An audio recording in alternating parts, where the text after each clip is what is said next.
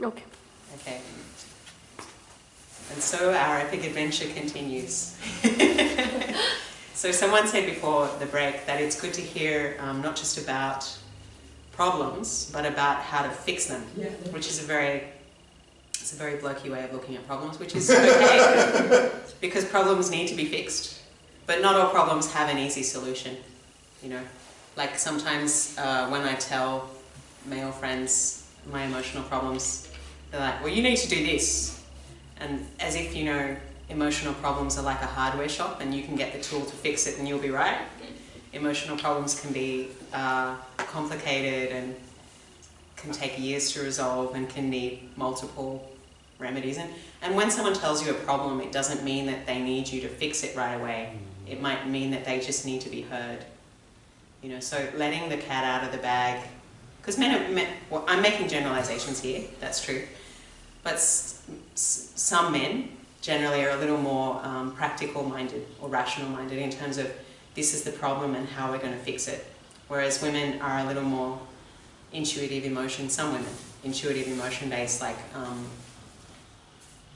seeing the complexity of the situation and just sometimes needing to get something off their chest, you know, to talk about it but not necessarily have to solve it right away.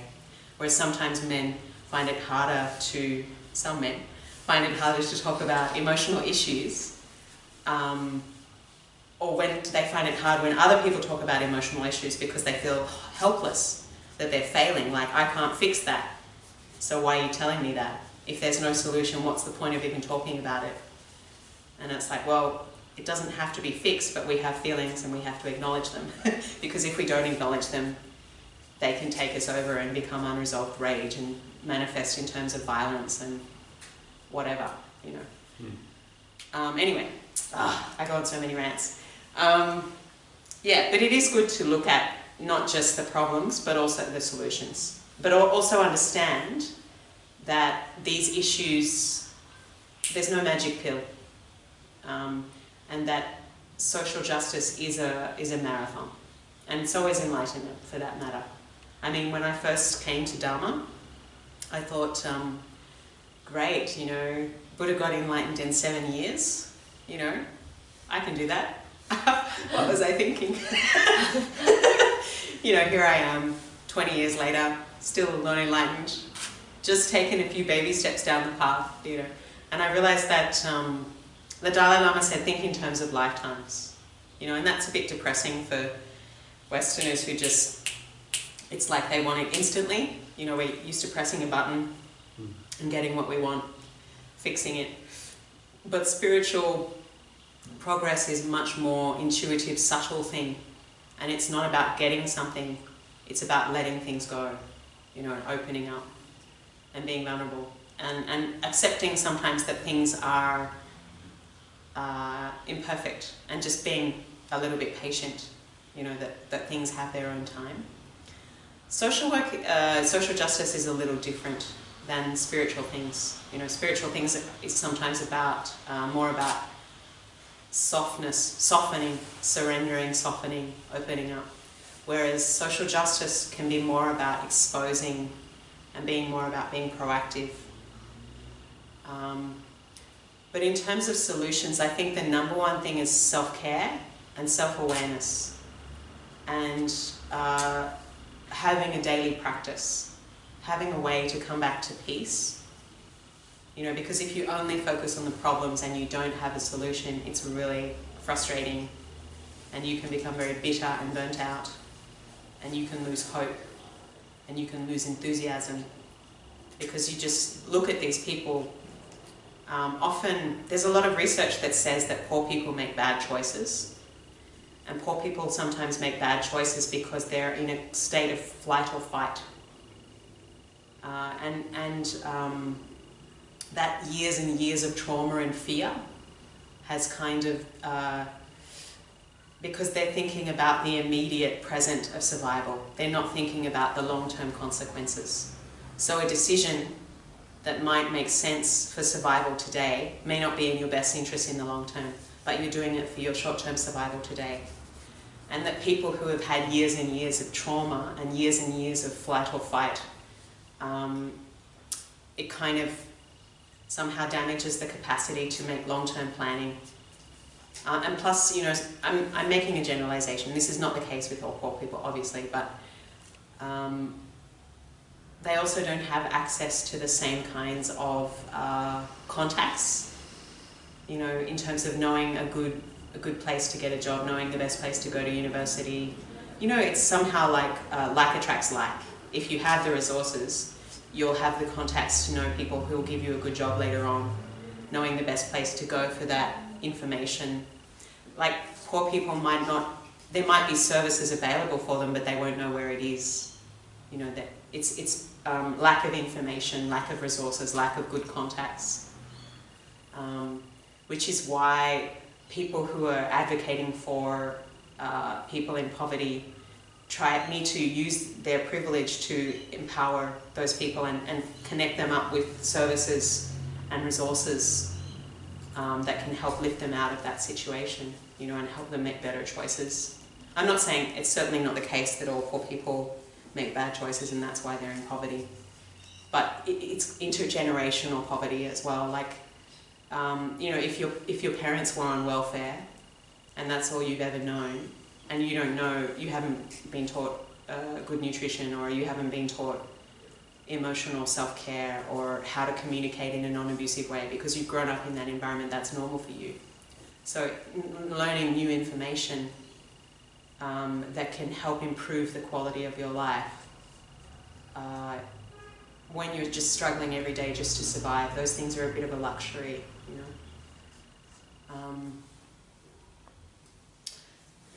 But in terms of the solutions, you know, for people in developing, I'm not saying that I even have all the answers. This is just the small amount of experience I've garnered through 9 years of living in an Indian slum.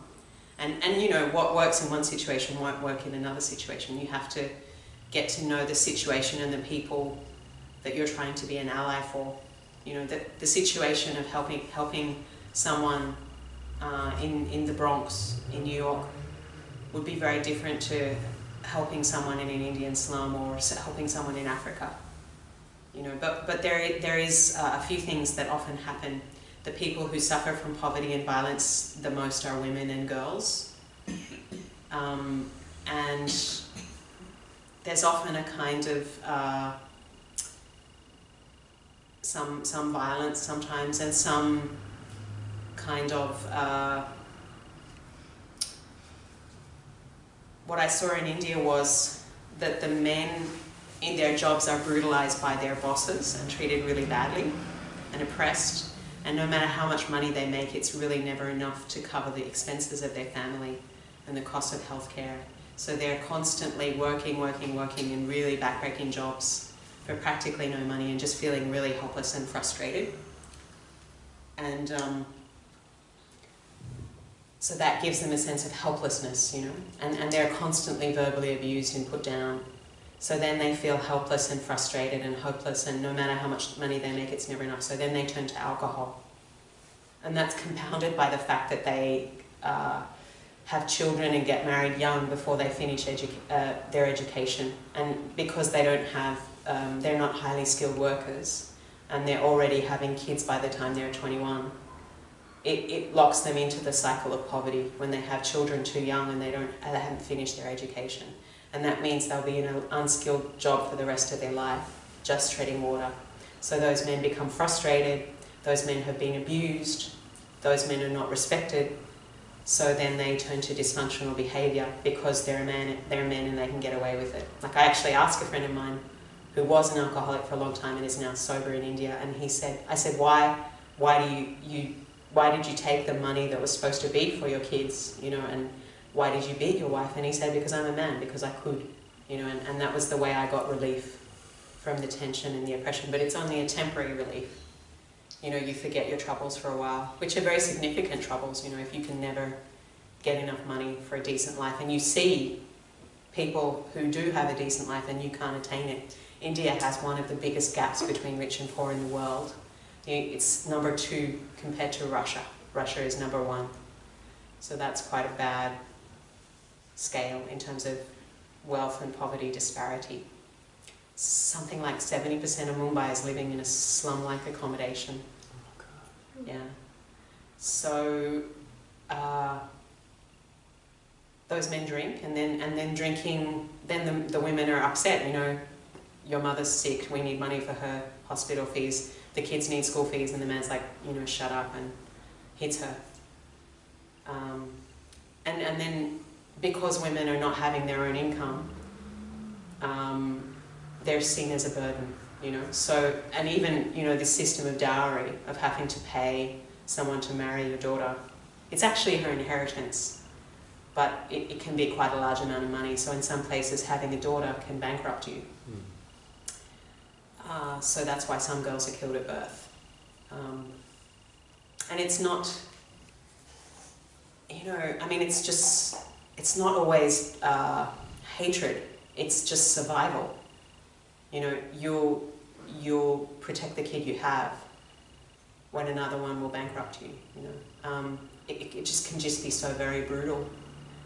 There are some places where you can buy a child for $200, you know, and those parents will sell their child because it's better than them starving to death, you know. But then there are just cases where also girls are just not valued, you know. There is a culture of not valuing girls, and there is a culture that says women are less than men and therefore should not have autonomy.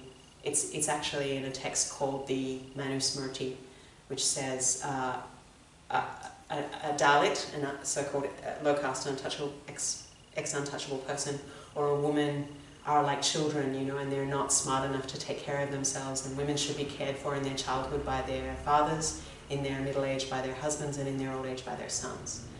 And a widow who remarries will be born in the stomach of a jackal.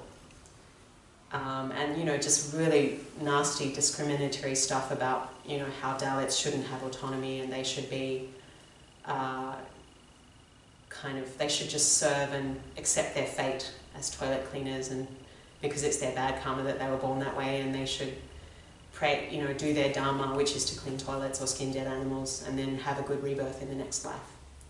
You know, so that's how religion is sometimes used to subjugate people and to maintain the status quo and to keep the privileged in power.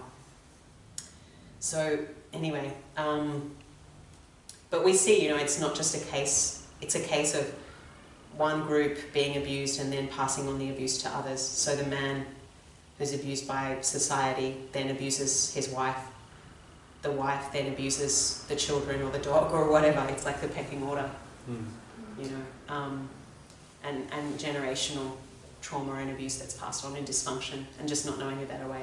You know. But to break that cycle is knowing your rights, knowing that you deserve better, not internalizing structural violence and patriarchy. You know, knowing I'm a human being, I deserve my rights, educating people about that, and waking them up, making them expect more, you know, and that it's not okay for them to be treated that way. Nelson Mandela said, no one can ride your back while you stand up straight. And I mean, statistics show that proportionally it's women and girls who suffer more from poverty, women and girls who do more unpaid work, and, you know, suffer from violence and discrimination more. So the way to break the cycle of poverty in developing countries is education, especially educating girls. If you want to control population, get a girl a school uniform. You know, if you want to have a better economy, get a girl a school uniform. But of course, then they need jobs. You know, when they leave school, they need jobs. They need a system. They need a government that invests in infrastructure. You know, that has good institutions. And that is a problem in some developing countries because the government is not providing security and a welfare system to people so they have children instead of having a pension. If there was financial security provided to them in their old age, if there was affordable healthcare, they wouldn't feel so insecure. As soon as a government provides a welfare system, a pension, and a proper healthcare system, and a safety net for people who are unemployed, people stop having lots of children. As soon as a country becomes prosperous and a country invests in a welfare safety net the population goes down considerably. What were the components? Healthcare, unemployment benefit? A welfare state, healthcare, unemployment benefits, and a pension. As soon as the government provides security, people are having children because that's their safety net, because no one else is there for you. If you go into hospital in India, they don't even give you food, so you could starve to death waiting for an operation if you're too sick to feed yourself. There's no safety net. So your only safety net in India, and I think many parts of China too, is family. Yeah. And when you know that a reasonable proportion might die, then you have lots of kids to make sure that you at least have a couple left to look after you. Yeah. Yeah. But it's actually, in India, most people are only having 2 kids now. It's kind of a myth that Indians are having lots of children.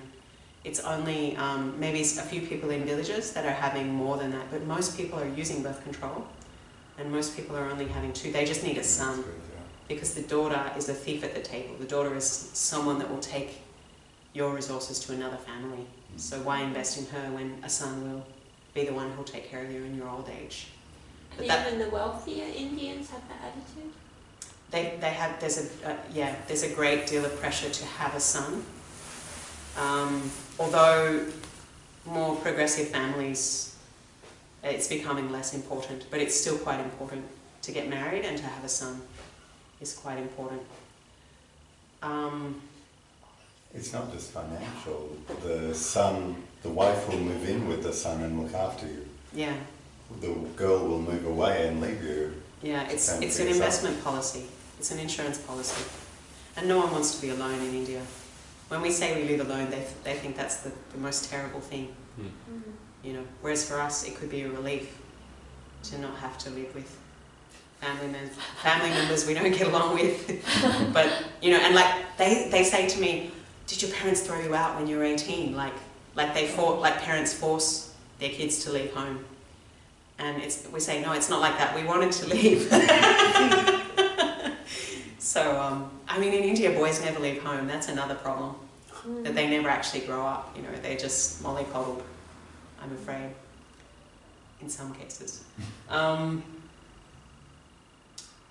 Yeah, but in terms of, solutions, educating girls and giving women jobs, empowering women with economic development. Every year a girl stays in school in a developing country will increase her wage potentially in high school, will increase her future wage by 20%. A girl who is educated will have less children, and her children will have a 50% more likelihood of surviving past infancy. So that's what works. That's not a magic pill. I mean, there are still issues like when they graduate, it's hard for them to find a job. And investing in government institutions and providing security to your citizens is very important for the well-being of everyone and the stability of a society. You know, providing that safety net. Otherwise, it creates a lot of suffering and insecurity for people who fall through the cracks, as we can even see now. I mean, a lot of the problems we have in Australia now is because welfare payments have not kept pace with the cost of living. And if you become unemployed and you don't have family, the dole is not enough to live on. You either have a choice, rent a room or buy food. Can't do both on $300 a week. Or is that the result of the tent city in Martin Place, isn't it? Yeah. I haven't seen it. But homelessness has definitely increased a great deal. Anyway, so in terms of spiritual resilience, you know, building a daily practice, you know, because you're learning to let go, like you're having all these experiences, but meditation is how you learn to let go and you learn to process those feelings and not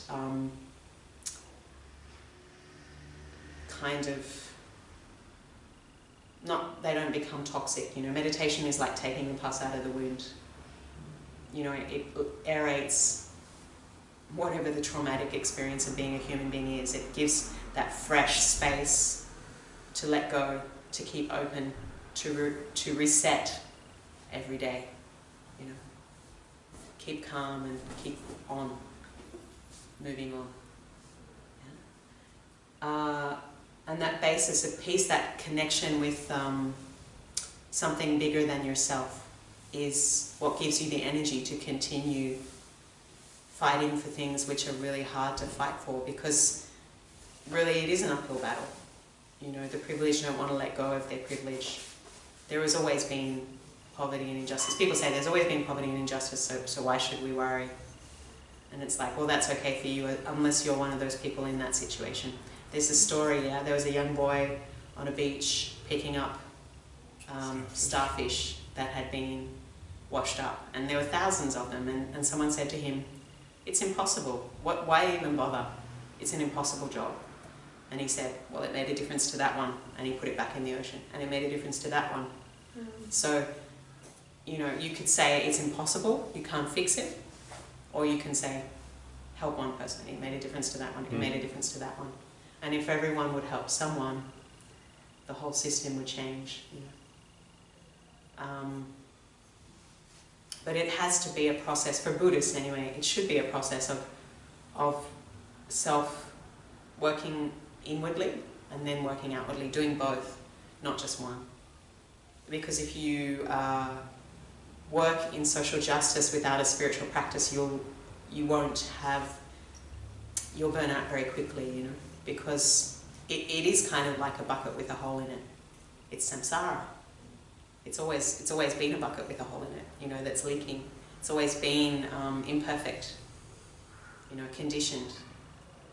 But that doesn't mean that we shouldn't try to create better conditions, you know. I mean, in many ways, because of the work of so many of our forebears, we've had a very good standard of living in Australia for quite a while, you know, and having been to India and seeing how life can be when we don't have these things has just made me realize how important these things are and how valuable it is, and that we shouldn't take for granted that legacy, you know, because people fought and died for the rights we now enjoy, like the women's vote and healthcare and minimum wage and maximum working hours and time and a half, and all of these things that protect a good, dignified lifestyle. You know, because if you don't have the basics met, a dignified lifestyle, you can't think about spiritual things. So as a society where there is a certain good standard of living, where people have dignified lives, is the foundation and necessary foundation for spiritual development. But why so many Westerners are unhappy is because this promise they've been given of materialism has no meaning without human relationships. Things can't replace people. Things can't replace meaningful relationships. You know, things on their own are not enough to complete you as a human being. But if you're using a thing with love in your heart to make the life of someone else better, then that's meaningful. But if you're just having endless consumerism and no meaning, it's going to leave you feeling empty. And most of us feel empty, but we're not willing to admit that materialism has failed us. It's like, because if we don't have materialism, what else do we have? There's that big gaping existential abyss of meaning that we don't want to look at.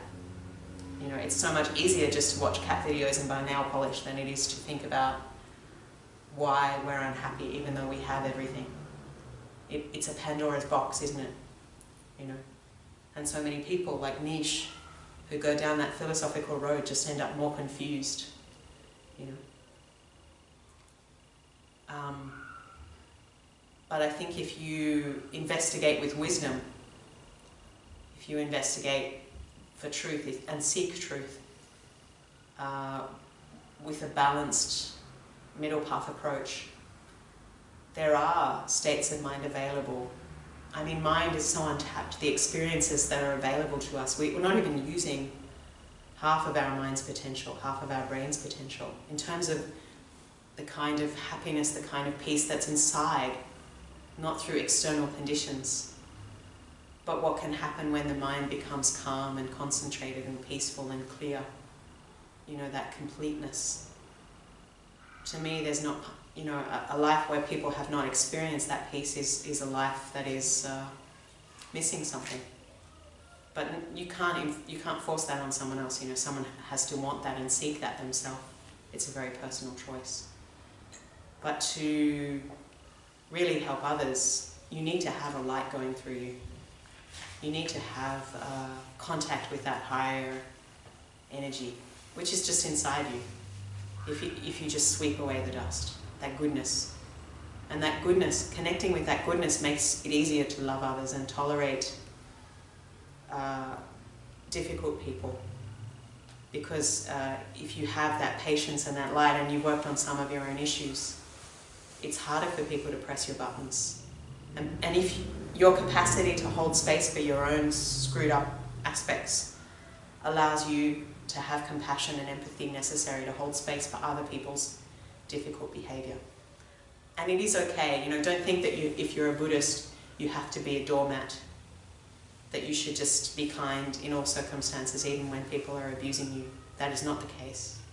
It is okay to have boundaries. It is okay to say that is not okay. You know, this is dysfunctional, this is manipulative, this is self-serving, this is not okay. And I'm not going to tolerate it just because I'm a so-called spiritual person.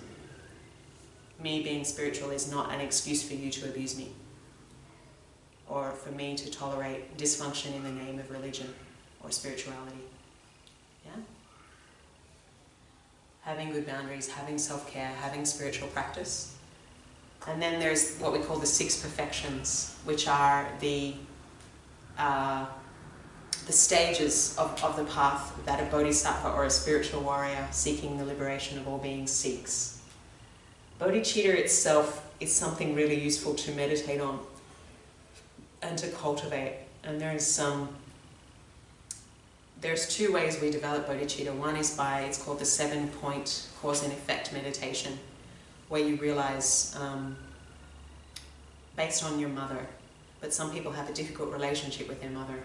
But the basic idea is, you think, all beings are being my mother. You think about your kindness of your mother, or someone like a mother, maybe a grandmother, maybe a father. And then you realize, like, without them you wouldn't be alive, and how many meals did they cook for you? How many sacrifices did they make? They worked until their bones ached to keep you alive, you know? And you just think about it in great detail, and then you feel very moved.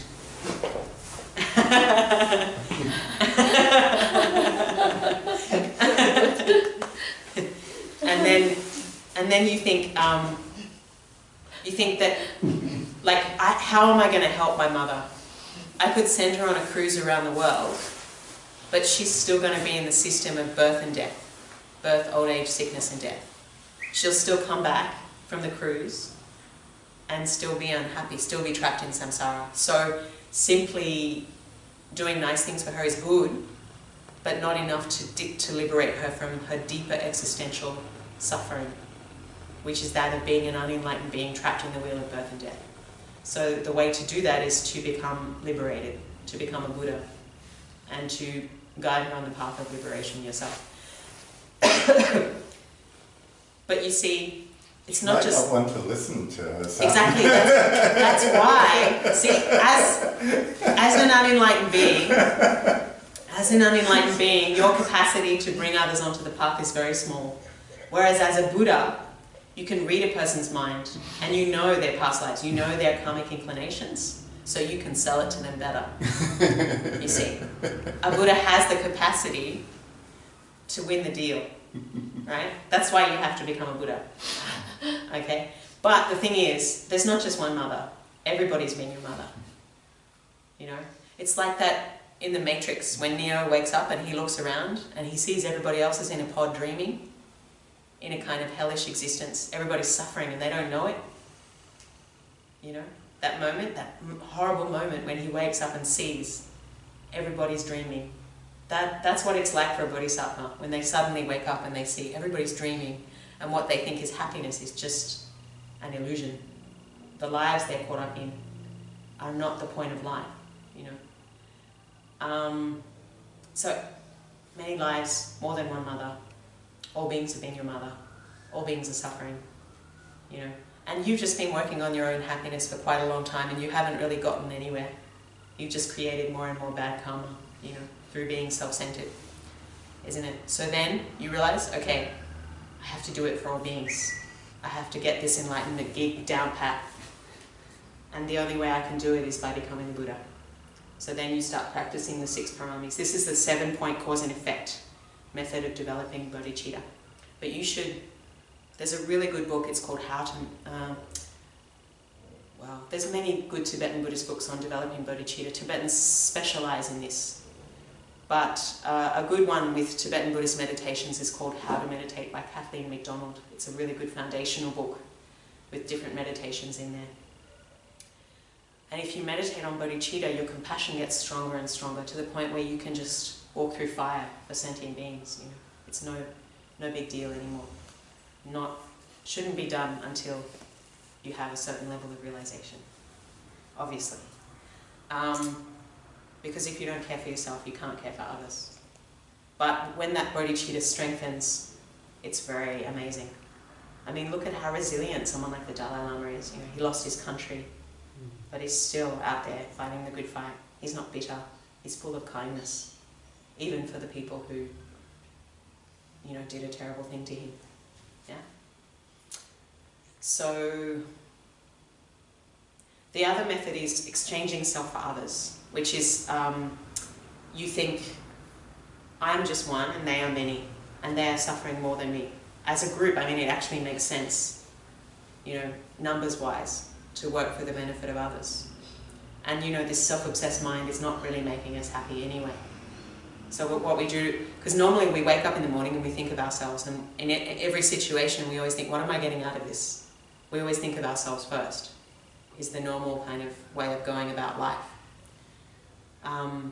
So what they try to do is replace, instead of always grasping at yourself first, you grasp for others. And through this grasping for others, you kind of realize emptiness. You realize the lack of permanent, separate existence of yourself and others, which is a whole other teaching. But anyway, you try to, you know, instead of waking up in the morning going, how can I be happy today? How can I find central pleasure? How can I do more for myself? You wake up and you think, how can I serve others today? How can I alleviate their suffering? And that gives you a sense of meaning greater than yourself. But of course there's a little more to it than that, because when you care for others, all beings includes yourself. So it's like, how can I care for all beings and myself? How can I care for myself so that I can care for all beings? And how can I care for all beings in a way that I can also care for myself? But most of us are not even thinking. I mean, who has these kind of thoughts, like, all beings are my mother, what can I do to save the world? How rare are these thoughts? And yet this bodhicitta is like the elixir, like the alchemist's magical recipe that turns an ordinary sentient being into a Buddha. You know, Shantideva said, even your own parents who would lay down their lives for you have never had thoughts such as this. And oh, the joy that will come when all beings have been liberated. Is this not enough? Will this not satisfy? Just as a swan sweeps down on a lotus lake effortlessly, so a bodhisattva enters the world and is in it but not of it, and effortlessly, through their realization of emptiness, through their great attainments, benefits others, you know, and manifests in countless forms, in countless ways to benefit countless beings. Is it necessarily effortless for the bodhisattva? Not in the beginning. You got to start where you are. But the point is, like, a lot of Theravadins are scared by the idea of bodhicitta because it takes a hell of a long time, like eons, yeah, like billions of years. It freaks them out, like, that's a really long time, and I just want to get out of samsara. And it's really hard, you know. That's why the Bodhisattva path is not mentioned a lot in the Pali Canon. You hear in the Jataka tales the Buddha was a Bodhisattva, you know, lifetime after lifetime after lifetime, to gather the paramis, the perfections, the spiritual petrol to become a wheel-turning Buddha. Because a wheel-turning Buddha, his teachings remain, whereas arhats are liberated from the world and don't return again. Whereas a wheel-turning Buddha has accumulated a great deal of merit and wisdom and compassion because of his or her past aspirations. The teachings they give last for a very long time. I mean, look at Shakyamuni Buddha's, just one of the many Buddhas that will appear in this fortunate eon. And his teachings are still going on after 2,600 years. There's a certain power to that, a certain longevity. Where are Shariputra and Moggallana?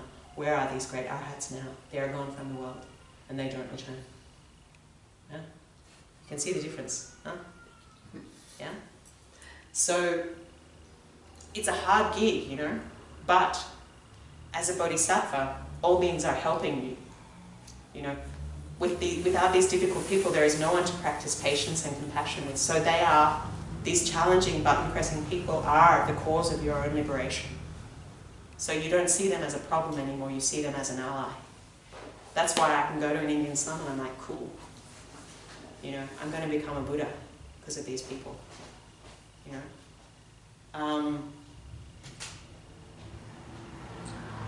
And when you have this kind of bodhicitta, it just gives you a certain amount of strength and resilience and inspiration. I mean, I don't know, it's interesting. Like, when I was a hippie searching for the meaning of life, I didn't feel inclined to do very much at all. I just thought, well, if there's no meaning in it, there's no point in doing it. I wasn't easy to motivate, I was quite self-centered, you know, and a bit lazy. But when I heard about compassion, and I started to feel the joy of that bodhicitta, and I had a reason to live, and I saw, it just made sense, you know, and I saw the power of the happiness that comes from helping others, and the happiness that comes from cleaning your own mind. Then I quickly developed joyous effort, and became much more hardworking than I had ever been in anything else in my life. Because I saw the results of that, and I saw the power of that to transform myself and others. You know, I saw that that's the point of life, you know, that love that holds us all together. So the teaching on focusing on others, rather than just exchanging yourself, self for others. Was that Shantideva? Yeah. So at one point when I was doing the work in Africa, I was kind of asking myself how to apply the universal teaching of doing to others as you would yourself. And the work I was doing, basically each $100 was saving a life. And so I was kind of asking myself, okay, let's imagine that I had $10,000. Does that mean I would keep $100 for myself and spend $9,900 on others? But what does Shantideva teach in terms of that? I used to think like that.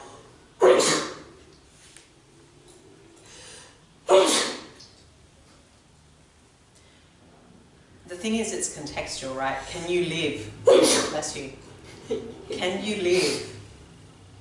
Can you sustain your work over many years if you only have $100 a week to live on? In the context of living in Sydney, you can't live on $100 a week. So what you would need to take would be in relation to the price of living in Sydney, because you need to take care of yourself in order to take care of others. You need to have well-being and not be feeling anxious and desperate to sustain this work of helping others over a lifetime. So there has to be self-care in order to sustain this work over a long period of time. You know? So if you feel that it's sustainable for you to live in an African village and live on $100 a month or whatever a week, and you feel that you can do that for a decade or a really long time, then do that. But if you know that you need, for various reasons, to live in Australia, you would take a proportional amount to be able to live not an extravagant life, but a sustainable life. What I ended up deciding was to do to the group others as I would do to myself, which then means 50-50. And I figured that was at least a better balance, because if there's, that way I'm putting them on the equal level, but not giving everything away to the extent that then, yeah, there isn't the self-care. I mean, I think if that's in the context of your life, Mm. if it's in the context of a charity, you can't take 50% for yourself. If it's money that people have Well, given, not if people have donated. yeah, for their work, if it's yeah. money that people have donated, Right, you shouldn't have more than a 20% administration rate, yeah. you know, and that should be including the employees you have. But in terms of your own money, Yeah. 50% is awesome, you know. But in terms of running a charity, Yeah, no, taking 50% is not okay. So I think you have to be very ethical and clear about when you do a service. If you're saying this is for these people, you need to be honest with people about what percentage is going directly into the work, into the charity work, and is it a business or is it a charity? And be very clear about that. Don't blow the lines there. Yeah. So this attitude of bodhicitta, of exchanging self for others, it's not just physical actions though. It's a mental practice of wishing others well and of thinking of others and infusing your spiritual practice. That whatever you do, whether it's just drinking tea or meditation or having a chat with someone, it infuses your everyday activity. So you can be a bodhisattva even not living in an Indian slum. You can be a bodhisattva in all of your activities. All of your motivation is, may I liberate others, may my life be of service. But it's not just the case that you go out and do great deeds, but it's an attitude that if you have that attitude, it naturally infiltrates the way you live. It changes the way you do things. I mean, if you're a bodhisattva businessman, look at Anathapindika, the Buddha's sponsor, right? Anathapindika went to a prince called Jeta, and he said, I want to buy this grove of yours for the Buddha. And Prince Jeta was like, this guy's loaded. I'm not going to give it away unless you pave the land in gold coins, every acre. And Anathapindika was just so moved by the Buddha's activity, and that these princes, these cream of society, would give up all of their wealth and privilege to live the life of simple mendicants and devote themselves to the spiritual path. He was so moved by that, and he thought these mendicants deserve the best conditions to practice their spiritual path without distraction. This is the most important thing in life. So he said, okay, I will pave the earth with gold coins. And Prince Jeta was like, huh? And several times Anathapindika bankrupted himself. But because his name means saver of the poor, he was known for his great generosity to the poor and vulnerable. But he always, because the community just loved him, he always found a way to claw back from bankruptcy. But you always have to have a certain degree of discrimination when you hear these stories, because you need to know your own limits. And what someone else may be capable of may not be for you. You need to also know your own limits, because you have to be in this game of serving sentient beings and practicing for liberation. Because unless you have liberation and realization of emptiness in your own mind, that's the most important thing. If you don't have realization, you'll just be kind of like less useful to sentient beings. I mean, in the meantime, we can be a fake it till you make it bodhisattva, okay? We do what we can to help others. But helping others physically is not quite as powerful as having the spiritual skills to liberate them, to cut it from the root. You can say social action is like pruning the branches. But the root of existence, the basic problem that we don't understand our fundamental nature, we don't even know we're dreaming. We're still in the matrix. We haven't taken the blue pill. Whatever pill was the one that woke you up. Emptiness is the pill we need to take. We need to realize our own true nature. We need to become liberated from the wheel of birth and death. But as a means. So social justice is the pruning of the tree, but the root is still there. The root is what we need to cut. That's why we need spiritual practice. But we're still living in a relative world. That's why we also need social justice. We have two hands, one to help ourselves, or one for spiritual and one for physical. So we need to do both.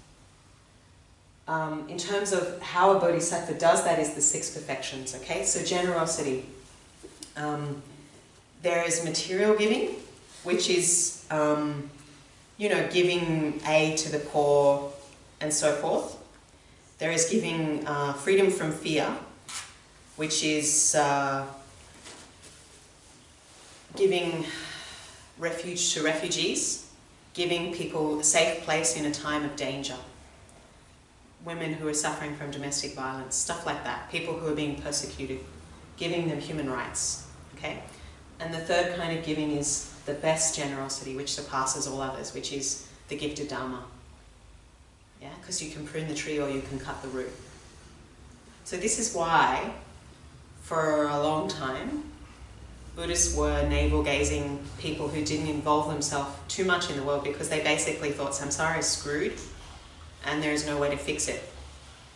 But that kind of attitude, although I think, as a Buddhist myself, I think basically we do need liberation, and spiritual practice is probably the most profound way to overcome suffering once and for all.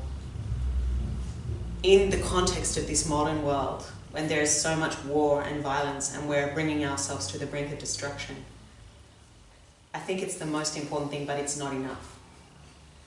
And many of us are not actually making that much progress in our spiritual practice because we don't have enough compassion. And we need to empathize more with others. We need to reach out more so that our compassion is real and not just words. For me, my experience in the slum has given me more real bodhicitta than sitting on a cushion ever could. And my own suffering too, those people who abused me, although it's not a good thing and I wouldn't wish it on anyone, they did me a favor, because they showed me what others go through, which I've only had in small measure. If, as a privileged white person, I can only handle a small amount, a small sliver of the kind of discrimination and disadvantage that other people have, just gives you, it's like it's a wake-up call to have empathy, and it fuels spiritual practice. And when you have this when someone lights this fire of compassion in you, it's like you can't sit still anymore. You have to do something. The seat is too hot. You have to get up and do something because you see those people are my mothers, and it's all around you. I never thought I would start a charity in a slum, but I went there and I hung out with them and I saw this is what my mothers are going through. So we better do something about it because spiritual teachings will not apply here because these people are not having their basic needs met. These people can't think about spiritual things because they're starving and they're beaten and they're raped and they're oppressed and they're dehumanized. So in order to help them meet the conditions of a precious human rebirth so that they could even think about liberation, we first need to address these very real problems they have. So generosity, it's a tiered. You see, you practice these in order. Generosity is the easiest thing to practice and the most important thing to practice first. Something we're not always so good at in the West, generosity. It's like pay for it, get a service. But that's not giving. Pay for it, get a service. Giving is more than you can, is giving more than you receive. And that's why we don't set a price on things in a Dharma center. It's not that it's free or that it's worthless. It's that it's priceless. It's beyond measure. So you give what you can based on your inspiration as much as you can because you know it's priceless. You can't put a limit on that. Your mother didn't charge you on the way out of the womb. There's no swipe machine down there. Well, maybe in some brothels, but generally not when you're coming out as a human birth, right? Your mother gave you that gift without charge. Really, isn't it? That is priceless, that kind of gift. So Dharma is like the precious human rebirth, not the other example. It's priceless. You can't put a price on that. So it's not that because it's free, it's not valuable, that it's cheap.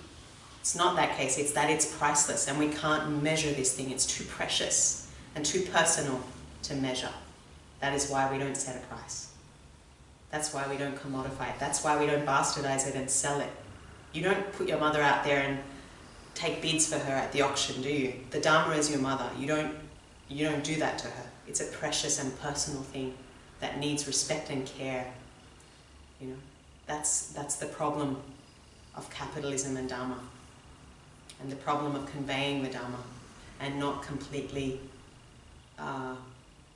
losing the essence. It's a very fine line, and I'm not here to judge how others do it, but that's my own wrestling with making a living from teaching the Dharma, or in my case, not making a living from teaching Dharma.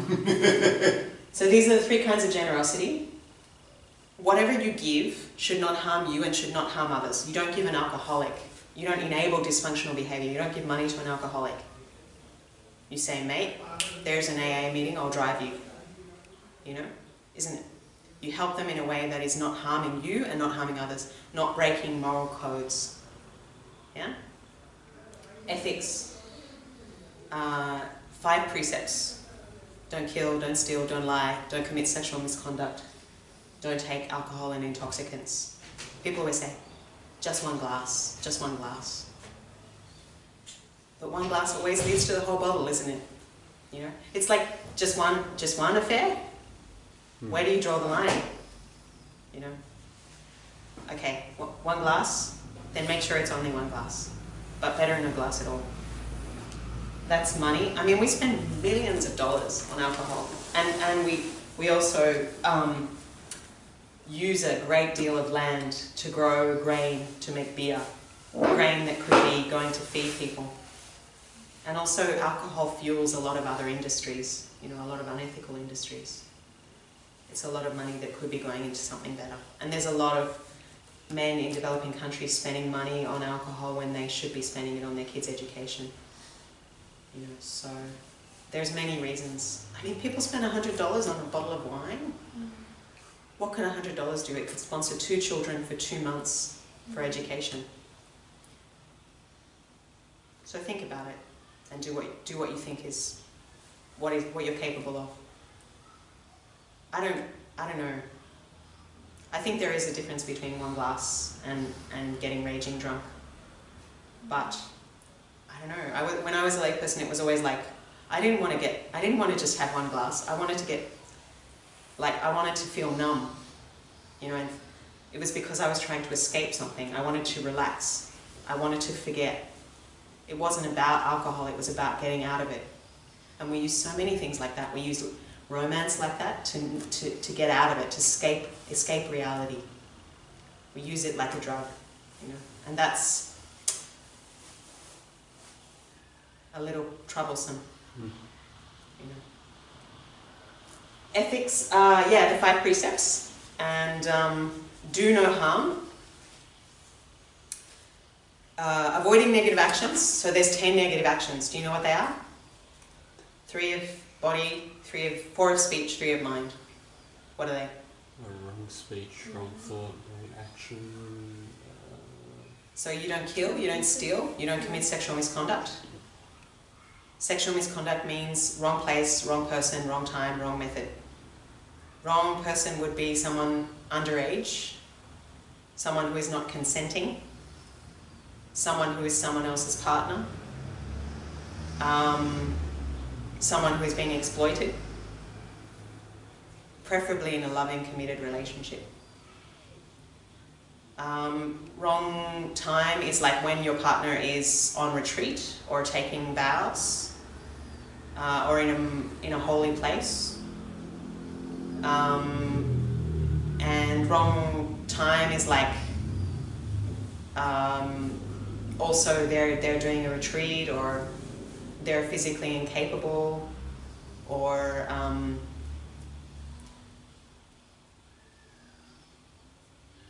I think you get the idea anyway. Wrong method. It's not the business of celibate people to tell lay people how they should do that. But you can research that yourself.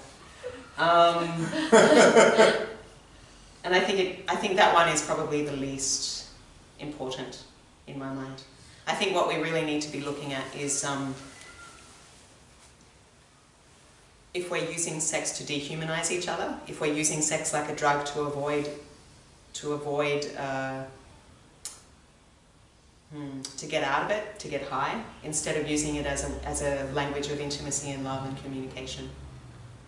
You know, so much of this kind of rape culture, you know, porn and whatever, is not really about love. It's about using women as an object for men's pleasure. The woman has no voice. The woman has no soul. The woman is not a human being. She's just a method for you to get off, you know, and that's really problematic in terms of how women are viewed in society. I'm not saying that all of that entertainment business in terms of sexual entertainment is necessarily a bad thing, but we have to look at how women are portrayed and how they're sexualized and dehumanized. And it doesn't even represent, a lot of it doesn't even represent women's pleasure. It's all geared towards men's point of view. So it's not always that healthy. It's not always that nourishing or wholesome or uplifting. So to use sex in a way that is loving and committed and sacred, you know. I'm going to shut up now. And protecting children from sexual abuse. Sexual abuse, 1 in 4 children are abused, and 80% of child abusers are men. So we need to look at that. You know, that's a problem. We need to protect children from that. That's in Australia or across the world? That's in Australia. 1 in 3 children in India.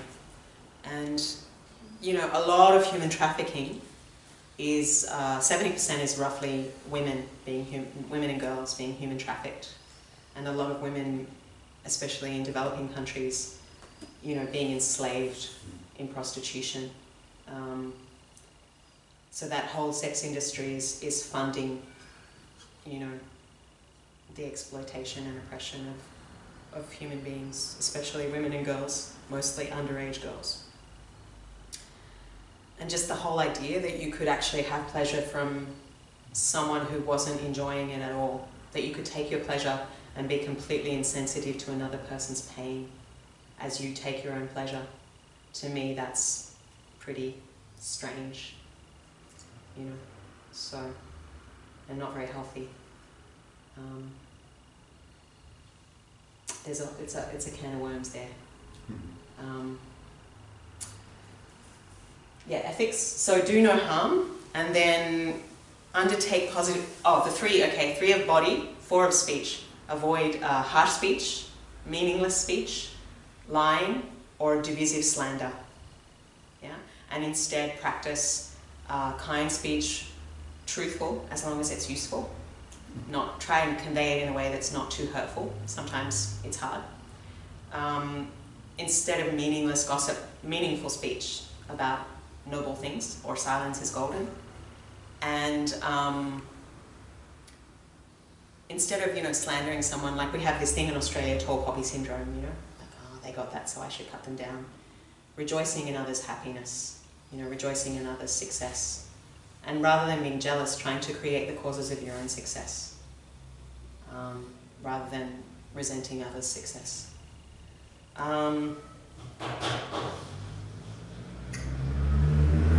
And then 3 of mind, avoiding ignorance, aversion, hatred, meaning aversion and hatred are kind of the same thing, and too much craving and attachment, which is really hard when we live in such a materialistic, expensive, sensuous society that rewards consumerism, that's driven by consumerism. Even our social interactions are based on purchases. Like there's no place, it's everywhere, hard to avoid.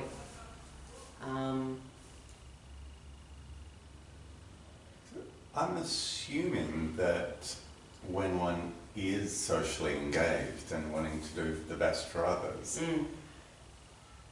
much as that's a very good thing, that also could be described as an attachment in the sense that one is no longer equanimous. How many hours do you want us to be here? Now I have to go off on a tangent. So, yes, people say if you're an activist, you're not equanimous. But equanimity isn't that you're numb or that you're not caring.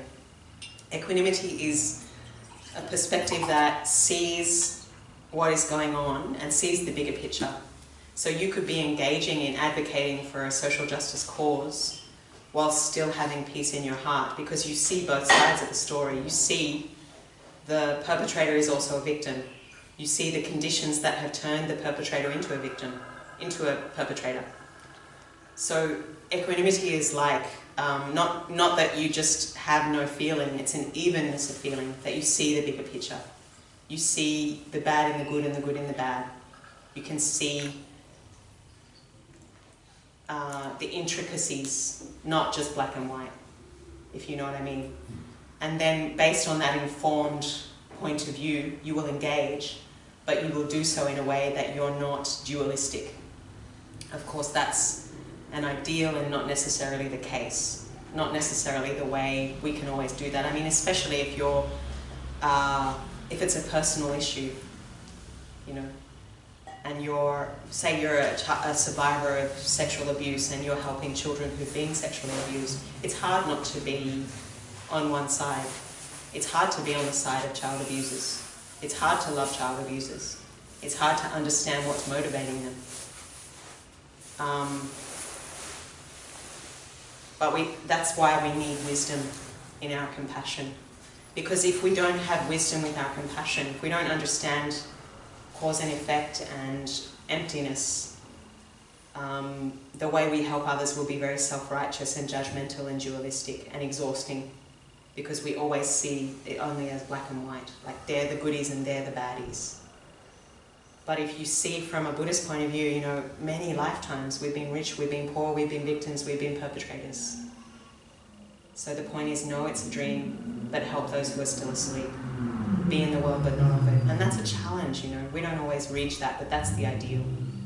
What we can do as unenlightened beings who still are prey to dualism, of the idea of self and other, good and bad, male and female, these dualities, we can try to come back to peace, and we can try to carry peace into what we're doing, so that when we feel ourselves being overwhelmed, getting really angry, getting really self-righteous, we come back to our breath. And we try to not just use our own prejudice, but back it up with statistics, back it up with empirical evidence. You know, and also understand that even the people who are so-called the baddies are suffering, you know, and try and help them too, so that both sides are helped. You know, that's what a Buddha does. But in addition to the judgment, though, there's also just, like, for example, if you're a parent, it is hard to be like a monastic, because so much of your time is spent trying to ensure that your children have food and a place to live, etc.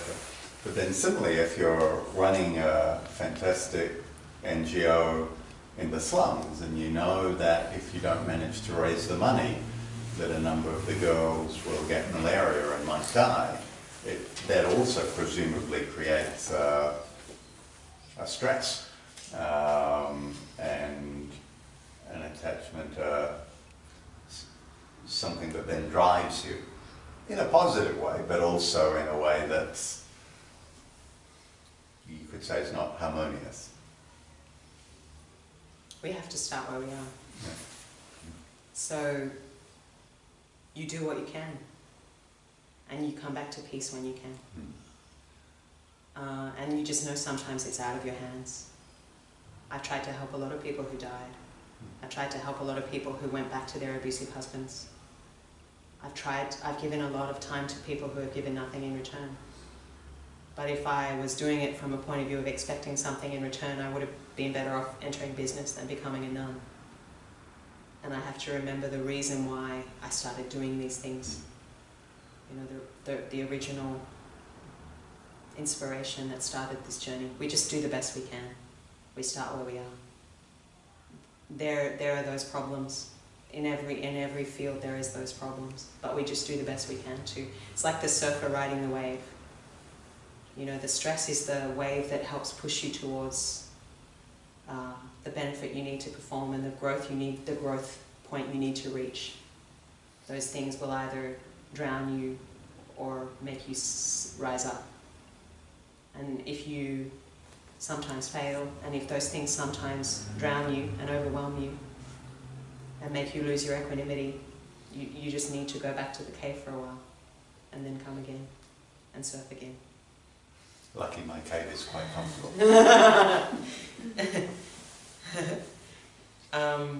The waves don't get smaller, they just get bigger. But you know, you need perseverance, you need patience. You need resilience, and it grows. The more you surf the waves, the more you face the problems, the more you learn that your heart has the capacity to hold these things.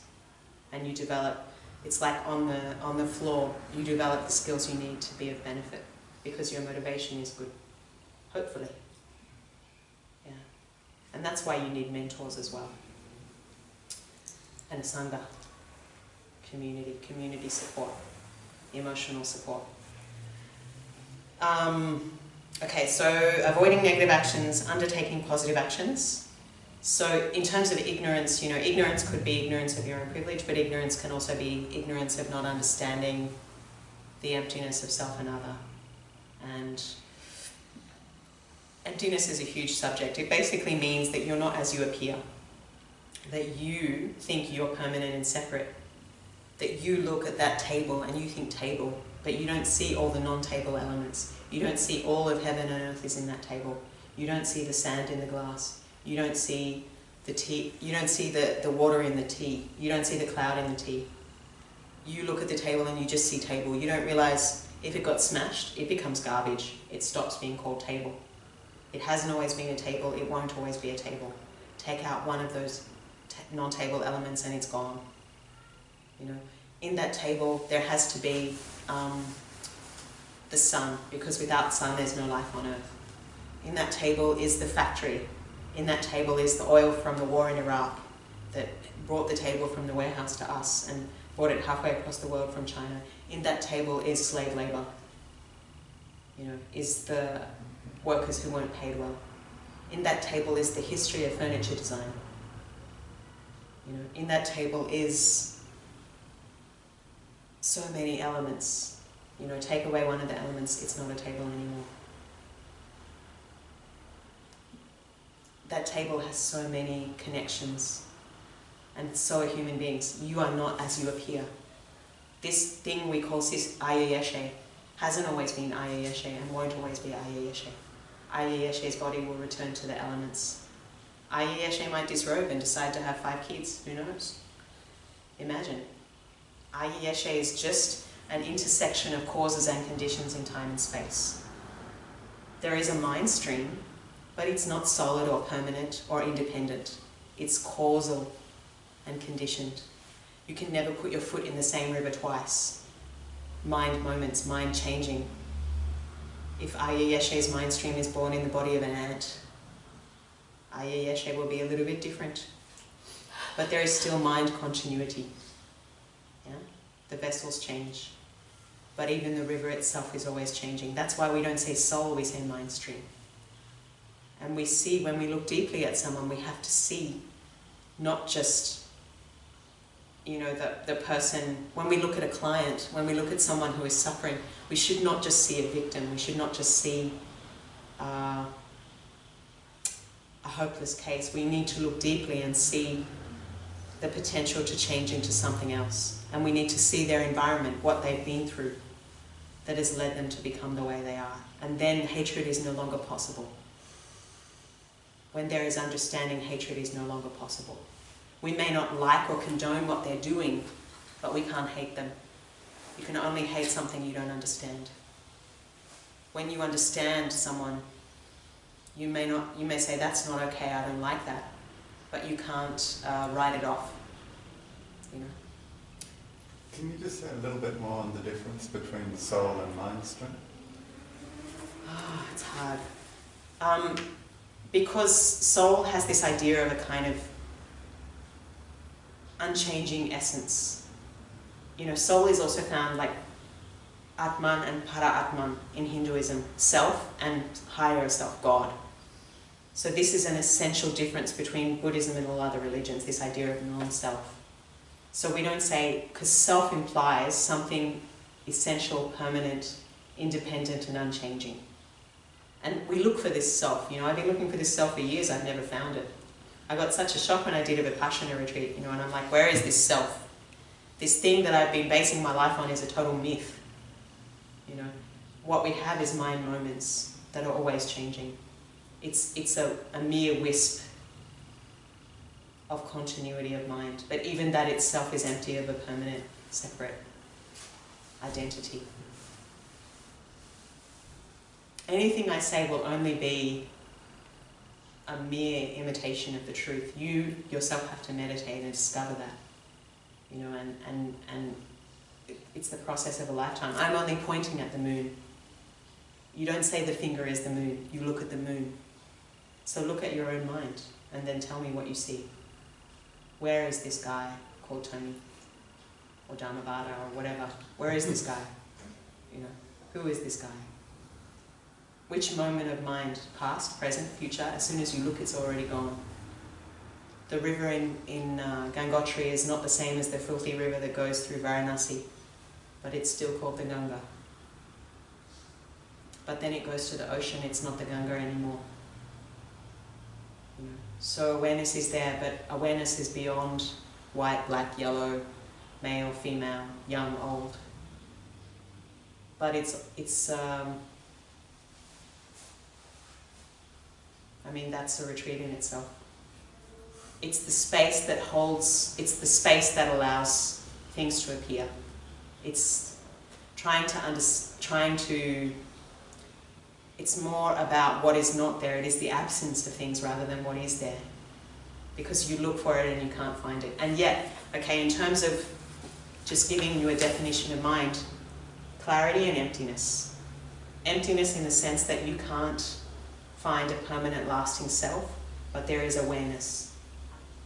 That awareness, there is cognizance that things appear, you know, that the mind can know things, but you can't hold on to any of it. It's always, it's just,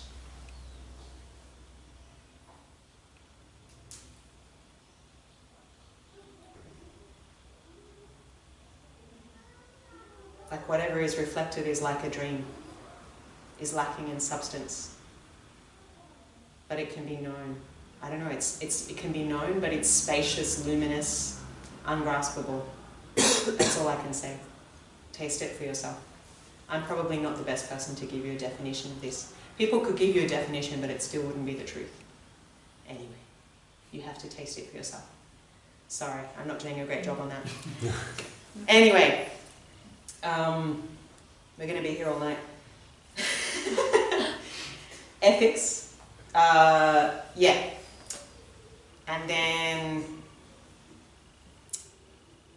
bringing benefit to others, which we've talked about extensively. Yeah. I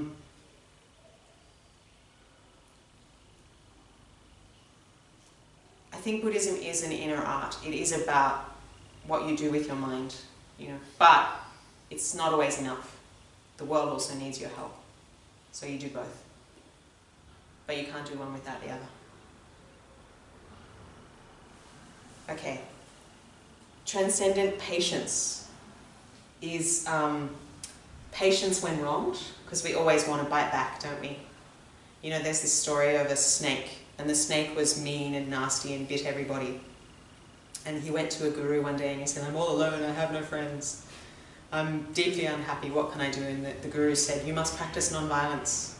You must not bite anyone anymore. And so some people had heard that this nasty snake had given up his violent ways, and they thought, oh, let's provoke him. So they poked him and prodded him and insulted him, and he was just biting his tongue and not biting anyone. And even they beat him with a stick, and he was becoming even more unhappy. And he went back to the guru and he said, you know, I practiced this non-violent gig and people are just harming me now and abusing me. What should I do? You know, it's not leading me to the peace of mind I thought. And the guru said, did you hiss? And he said, what do you mean? You told me not to hurt anyone. And the guru said, I didn't say not to hiss. It means You can make it seem like you're not going to take crap, but you don't harm anyone.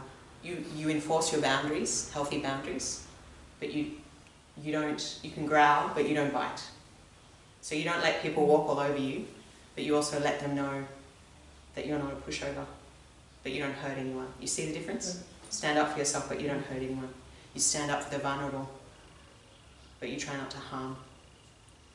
Because as soon as you harm them, you're playing their game and they have control over you. They want you to get angry. Because when you're violent, they know how to control you. And they have a reason to lock you up and shut you down. They don't know what to do when you're not playing their game. Patience. Okay. And then patience to bear hardships for the Dharma. Like, people can't even drive halfway across town for a Dharma talk. And Tibetans would carry, Dharma texts through the Gobi Desert from India to Tibet. People died on the way. But we can't drive halfway across Sydney for a Dharma talk. Yeah. Patience to face the profound truth without fear. This business of me saying, you're not who you think you are, can be a little scary. When you meditate and you realize you're not who you thought you are, and all this stuff that you thought was really, really important is like a dream, it's a little unsettling. But don't mix up ultimate and relative. Don't use ultimate as an excuse to justify your laziness and apathy. And for people who are trapped in unbearable suffering, whose needs are not being met, they can't think about this idea of emptiness. But this idea of emptiness is to loosen up our own self-grasping, our own mental suffering, so that we don't take it too heavily. Whatever issue we're advocating for, don't take it too heavily, take it lightly.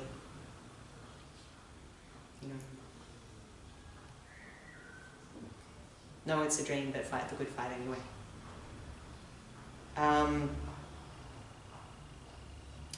Transcendent diligence, joyous effort. We don't have a lot of resilience and effort in the West. Like, we have a lot of effort to make money, but we're not very mentally resilient. Sometimes if things are too hard, like a relationship, we're not very patient. We throw things away. We throw away society. We even throw people away, which is a shame. Lots of disenfranchised people being thrown away because we don't have the same kind of patience that we used to. In the old days, you would have to do something by hand. No machine would do it for you. You would have to, scrub 2 stones together for half an hour to start a fire. You had to carry water. You knew water was precious because you had to walk for 4 hours to find it. You knew relationships were precious because without those family members, you would end up dead. You would know that without the group, you'll end up dead. So you would be more careful in your relationships with each other.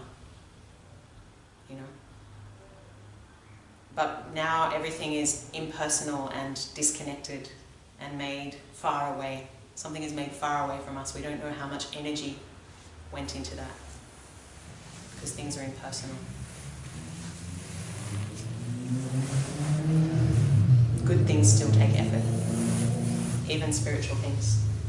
So, Alma-like diligence. That means whatever problems, obstacles arise in our journey of social justice or our journey of spiritual practice, we just keep going. Yeah? Diligence in action. They say when a yak is chewing a piece of grass, his eye is already looking on the next tuft of grass he's going to eat. So you shouldn't be content with just a small amount of practice. And I did that and that's enough. I think I'm doing this and soon I'll do that practice and then that practice. Not in the sense of greed, but in a sense of practice should be a continuous part of your life. People say, I've been meditating for years and I've got nowhere. And I'm like, so when did you last meditate? And they're like, I went to a retreat with this Lama 5 years ago. And I was like, well, actually you haven't been meditating for years. You went to a retreat 5 years ago. Yeah, so effort, regular practice.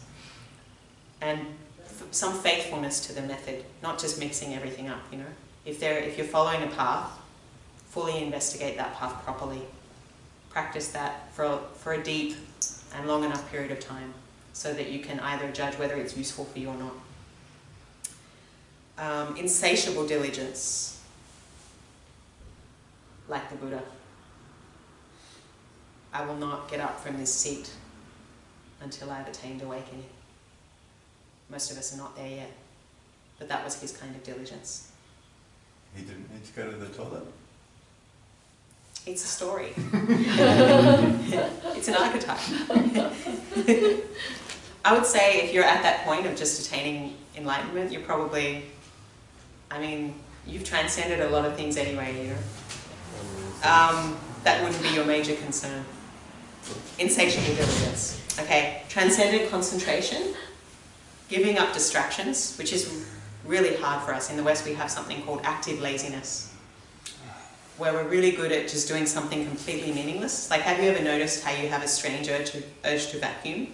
Or do really pointless things like clean the fridge before you actually meditate? And you never want to do those things normally, but it's like, I just felt I had to vacuum. It's such an important chore. Yes, rather than meditate. There's something rather scary about sitting down and facing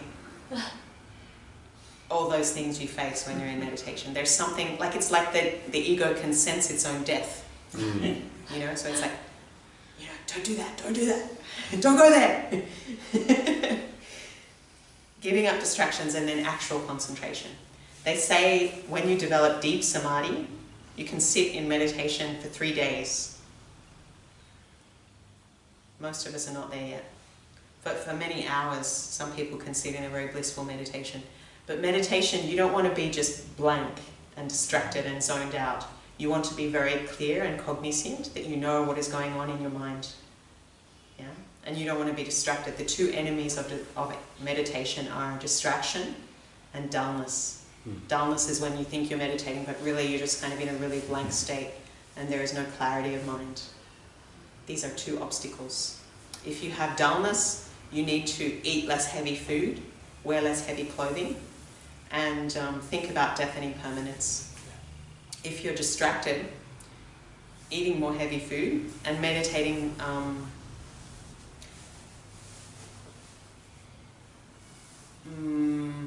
also thinking about what is at stake, you know, like remembering this time is rare, this time is precious. I don't know when I'll have this chance again. You know?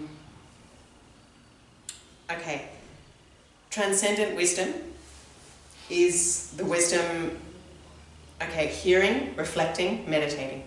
So it's not just enough to hear the teachings, then you have to go home and reflect on them.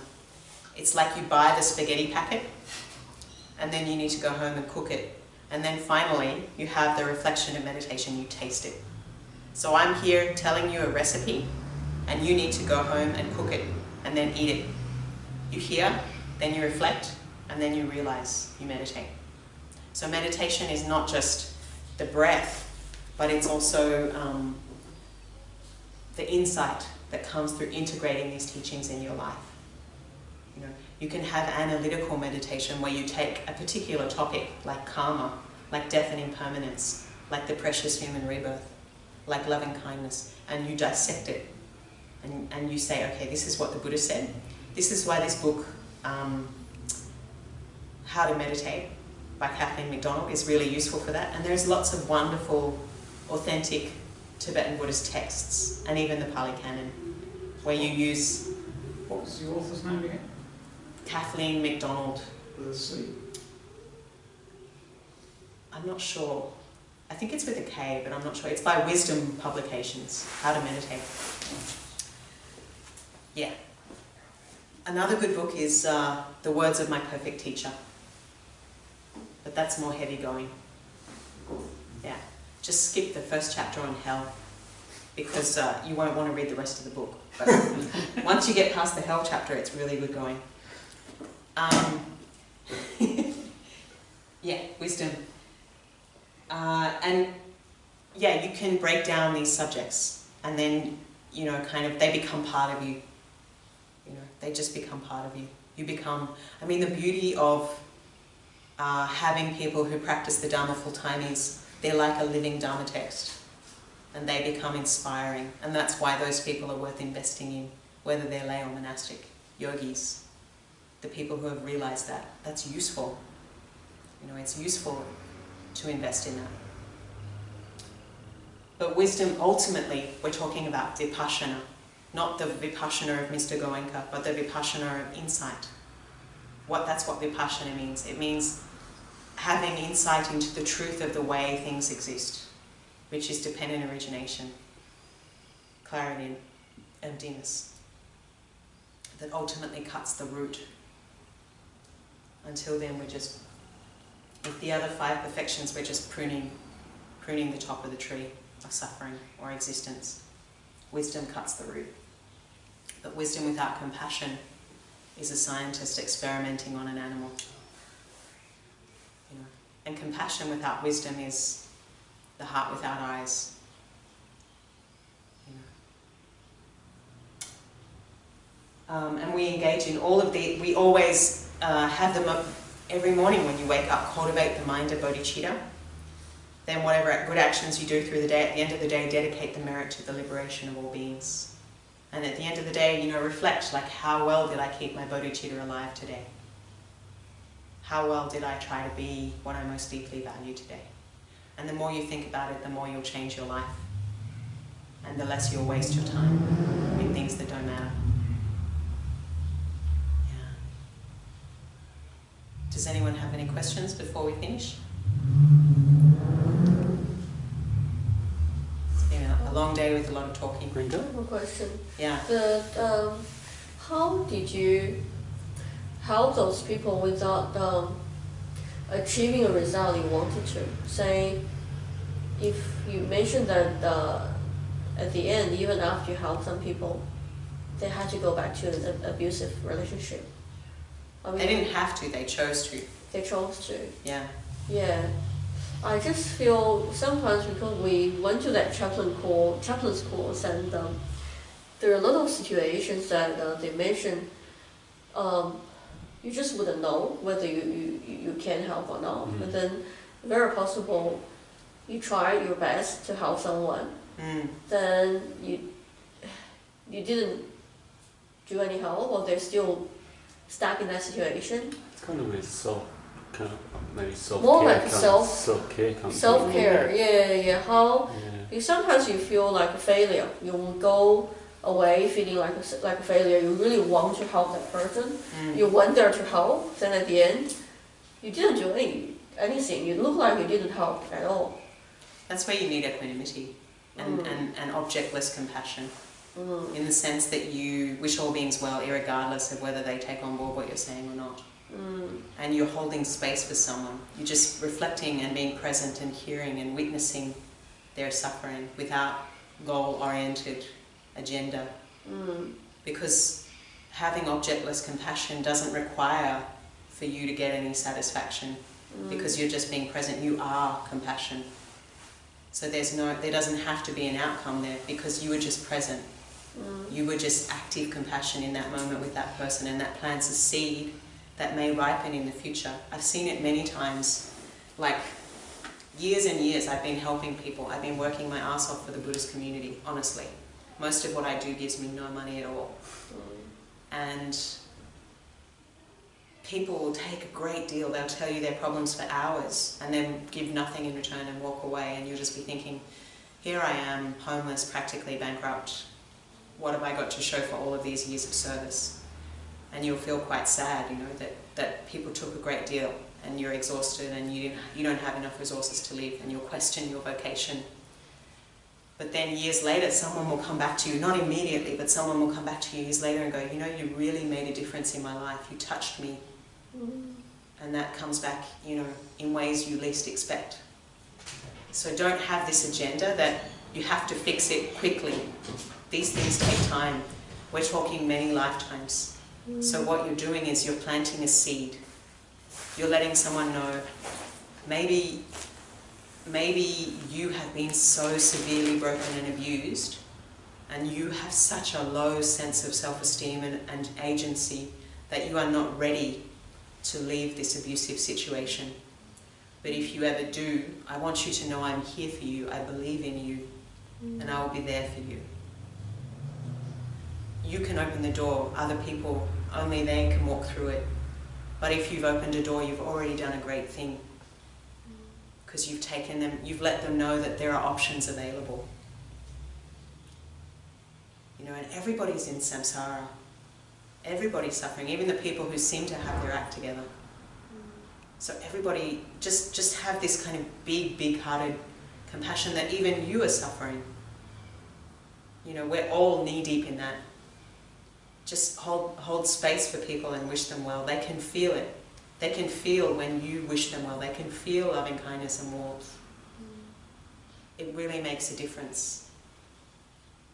So in the middle of it, when you help someone who's suffering, is a little bit like when you're doing meditation, say a part of your body's sick or have some pain, and then you bear witness. You just observe.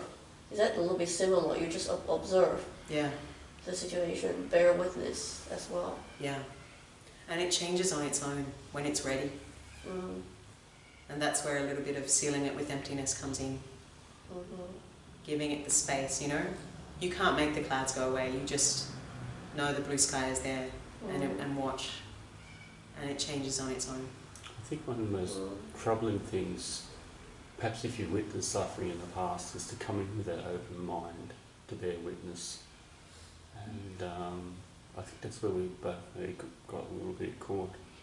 It's not easy. Because we watched a simulation of a patient, and I think we were projecting maybe a little bit of past experience for a relative of our own.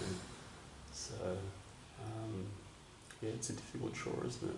A simulation of a patient doing what? We witnessing a senior supervisor improvising as a dementia patient. And he was at one stage happy, and at one stage forgetful, and then at one stage he broke down in tears. And really, I think that got to both of us a great deal. So, and I think one of the supervisors said to us, you need to be careful not to project your own feelings upon that. It's hard. Yeah, I tend to, I don't know, I feel at the beginning my understanding of compassion is I can really put myself in that person's shoes, then I become that person, then I can really talk the same language. Then the thing is, sometimes when I help someone, then I actually take that suffering away with me. And then that's just really bad for myself. Because you're drowning. That's right, yeah. So I think I just need to slowly try help myself to use a different approach. And I think also from my profession, because I'm an accountant, I enjoy, or I'll always, there's a problem, then I'll resolve it.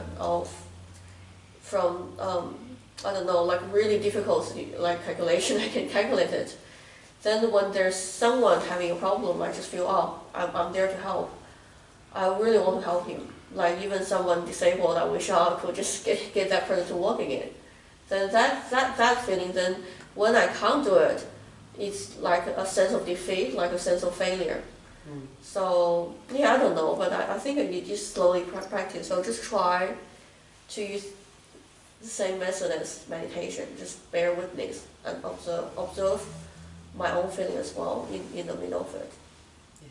I think taking refuge in the breath and really not trying to have an agenda. You know, that it's not about you and you're getting validation from it getting fixed, but to just be present for someone who is suffering and lending your support in whatever way you can. You know, and being a little lighthearted too, you know. And you know, those kind of things, those kind of heavy things, sometimes you just do it, you don't do it all day, you do it for a period of time. Yeah. You know? Like I spend half the day in the slum meditating. I don't open my gate till 12. And I close my gate at 7. Sometimes people come around later if it's an emergency. But I'm very careful with my space. I don't let people live with me. That's exhausting. If you have that in your home, you know, people who are like really dysfunctional living in your home, I need that, my space, my sanctuary, my practice. I do a lot of practice to counteract all the heavy stuff I see. And I have fun. I go to coffee shops, I laugh and make jokes, and someone who thinks me would think I'm maybe a little bit sloppy, you know. But I've only survived this long as a socially engaged Buddhist nun in a slum because I've done these things, you know, and having fun and you know, balancing these things out, having some joy, going for a walk in the park, traveling, you know. And sometimes it's really useful to take someone out of the environment they're in as well, if you can. You know, taking them to the park, or, you know, and just, yeah, not feeling that it has to be a certain way, because your idea of happiness may not be someone else's idea of happiness. Like once I said to a friend of mine who was recently divorced and quite lonely and a little bit lost, and I just said, why don't you make your house a bit nice, you know, decorate it a bit. And he bought cricket scarves and football scarves and kind of tacky memorabilia and decorated his house. And for me it was like really quite disgusting, but for him it was like home. So I was like, okay, more power to you. How can I say? I was the one who said make it your home. So I was thinking more but my happiness is not his happiness. Yeah, that's true. So I'm just bearing presence for him without trying to impose my agenda on that. And you know, people can feel your warmth. Like as a Buddhist nun in Australia, a lot of people are not interested in traditional Buddhist teachings. But what can touch their heart is a bit of a joke, a bit of kindness, and they can feel that kindness and concern coming from you. And that kindness and concern is what makes them take more interest in Dharma. So it's a skillful means. Yeah. And you see a lot of teachers employ that, someone like Ajahn Brahms, or people say, why is he telling these jokes, why is he telling these stories, you know? But actually it's when people's mouths are open laughing, you can put some good medicine inside. That's true. Like someone like Robin Williams, you know, he had so much personal suffering, but he was able to make others laugh, and even laugh at yourself as you're in this knee-deep in shit. Laugh, you know. Don't take it too seriously. But take it seriously when it needs to be taken seriously. Like you don't joke about things that need to be addressed. Like if a woman's telling you her experience of gender discrimination, you don't make a joke about it. You know, she needs to be heard. But you don't necessarily have to fix the problem even. You need to hear it. You need to be present for that person, and send them your loving kindness, and stay present. You know, stay in the moment, and continuously take refuge in your breath. You know, and whatever, you know, between clients, you know, come back to your breath, do some meditation, find peace again, light some incense, do whatever you need to do to cleanse and begin again and reset and restart, and self-care. You need that connection with inspiration. You need to water seeds of joy in yourself, because you're not helping anyone by drowning with them. That's true. Okay. Enough? Venerable Yeshe, I'd just like to express our profound gratitude for sharing your personal journey, especially that of social engagement in India, and also bringing us out of a path of the art of cultivating our own practice and bringing it into society, which is, I think, something which is going to be a much bigger topic in Buddhism, hopefully soon to come. And so before we pay our respects to you, Any more questions? Any more questions for anyone? Or could we hear the chanting? Oh, yeah, we'll hear the chanting. Okay.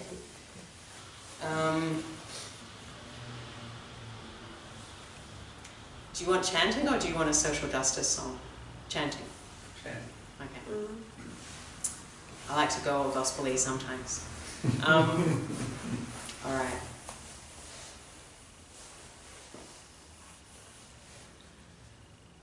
Tare tu re swaha. Tare tu re swaha. Amen. poised Tara, swift, heroic, eyes like lightning, instantaneous, sprung from the lotus stamen of the Lord of Three Worlds, tear-born lotus. Amid she whose face combines 100 autumn moons at fullest, blazing with light rays resplendent as 1,000 star collection. Om Tare Tu Re Swa. Om Tare Tu Re Swa.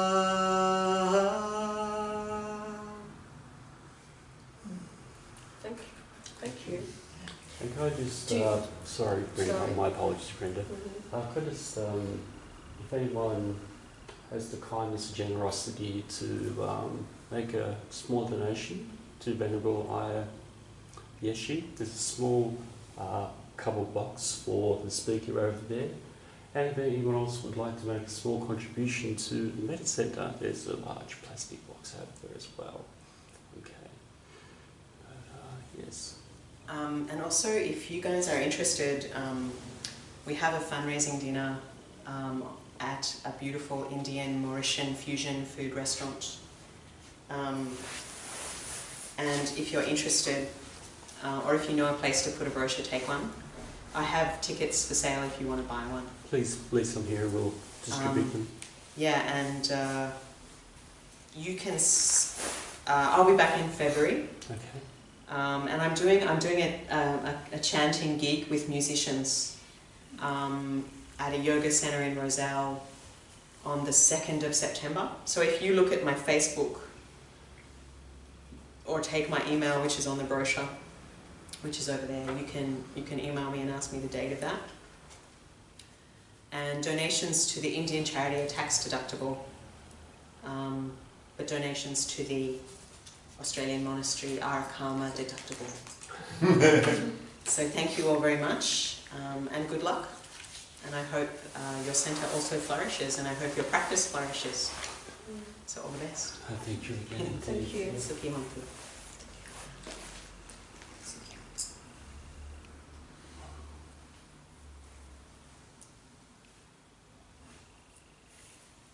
So don't forget, it's the main thing. Remember at the end of every day, what did I do? How did I keep my bodhicitta?